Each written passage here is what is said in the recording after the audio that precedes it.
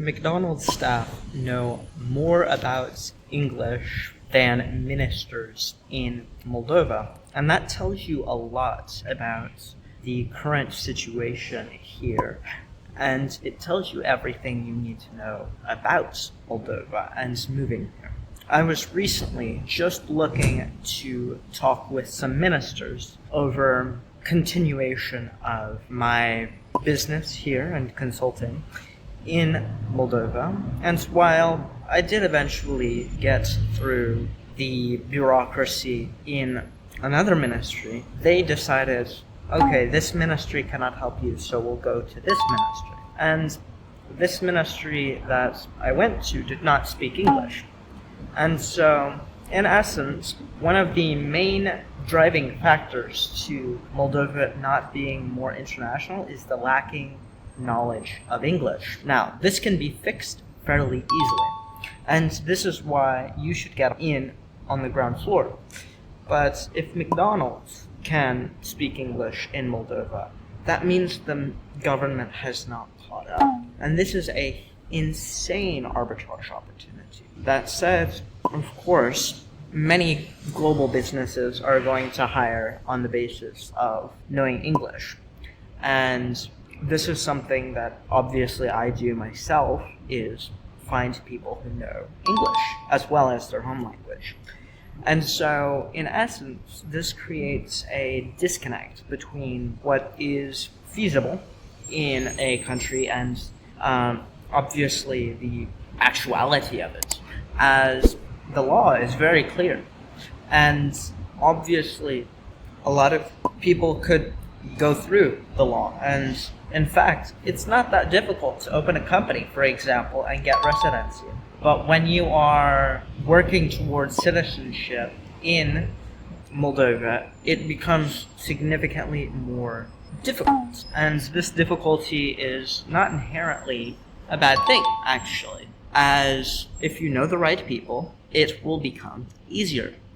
Now, this also shows that, of course, people who just hire lawyers aren't going to be looking at Moldova as, to be quite frank, lawyers here don't really talk that well to ministers, and while they may help you if you're in person, they won't really help you abroad. And so this is why I do what I do. I am here to create value, not just on the basis of being easier, even though it is, of course, but also who I know and how I know them. That's something that's very important that many people in the internationalization space will never understand. And of course, if you are looking for those connections yourself, they can take months to get. And this is something that not a lot of people have time for. Even if they are, they do have a lot of time.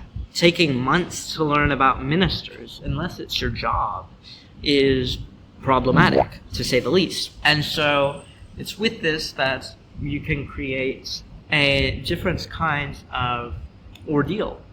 And you can really dial in if you are truly looking to create value in places that are still growing. And of course, Moldova does have some of the inflation from the EU, but it hasn't fully developed. And actually, funnily, Balti in northern Moldova spoke better English than Chisinau, the capital city in central Moldova. So in essence, there's a very odd dynamic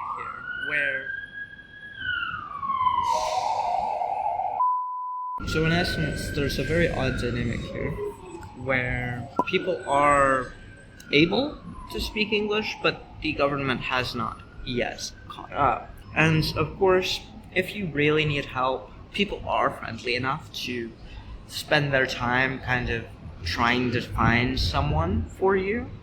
But I recently walked into that ministry. I didn't have enough time, and I had to go to a meeting, and so I ended up dipping out before I could get to any minister.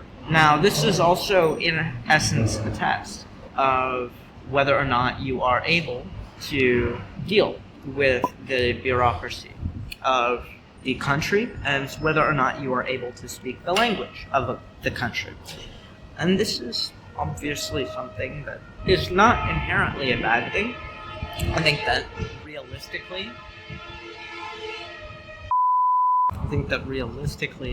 people living in these spaces are increasingly becoming aware that English is the global language. And if English is the global language, of course, you will have people that speak it. But as time goes on, of course, it is still in what I'd consider to be the frontier market stage, which frontier markets are inherently very interesting to invest in as you are getting in literally on the ground floor. And so, of course, I believe that many people would benefit from getting in on the ground floor, but many people don't realize how to get in on the ground floor. And so, of course, as I'm recording this, it is very easy for me to kind of be understood here at the McDonald's in Center. But oddly, you walk 300 meters in a different direction, go into the ministry, and they don't speak English, really. Now, they are nice, and they won't get mad at you for being not knowledgeable in the language, and in fact, they will try their best to help you. I had communication with probably 5 people before I said, okay, no problem, I'll come back. And I won't come back anytime soon, as actually I have to bus off to Romania. But it is an interesting turn of events, I suppose, that I did have to go to the ministry and they spoke no English. Now, some of the ministries, actually most of the ministries now will speak English, at least on a base level. And so, of course, it's not impossible to live in Moldova without Romanian and Russian knowledge, but it certainly helps. And if you're looking to deal with ministries easier, feel free to contact me. One-on-one consulting is down in the description below, and I will give you a 15-minute brief introductory call absolutely free. And of course, if you're looking for any other videos, my YouTube channel is full of them. That said, if you liked the video, feel free to like it. If you really liked it, feel free to share. If you are at all interested in joining me on this journey, feel free to subscribe. And this has been the Traveling Report, signing off.